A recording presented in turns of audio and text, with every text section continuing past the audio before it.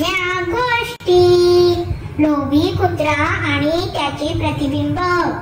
एकदा एका गावात एक कुत्रा राहत होता. एके दिवशी त्याला एक मोठं रसा हाड सापडलं. आनंदाने त्याने ते तोंडात धरले आणि नदी किनारी शांततेत खाण्यासाठी गेला. नदीवरच्या पुलावरून जाताना त्याने पाण्यात खाली पाहिले आणि त्याला त्याचे प्रतिबिंब दिसले. पण लोभी कुत्र्याला वाटले की पाण्यात दुसरा कुत्रा आहे आणि त्याच्याकडे आणखी मोठे हाड आहे.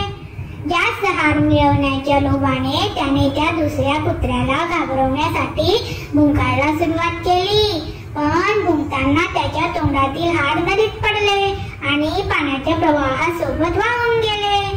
तो कुत्रा तिथेच उभा राहिला, दुःखी आणि उपाशी, कारण त्याच्या लोभामुळे त्याच्याकडे असलेले हाडही गेले होते.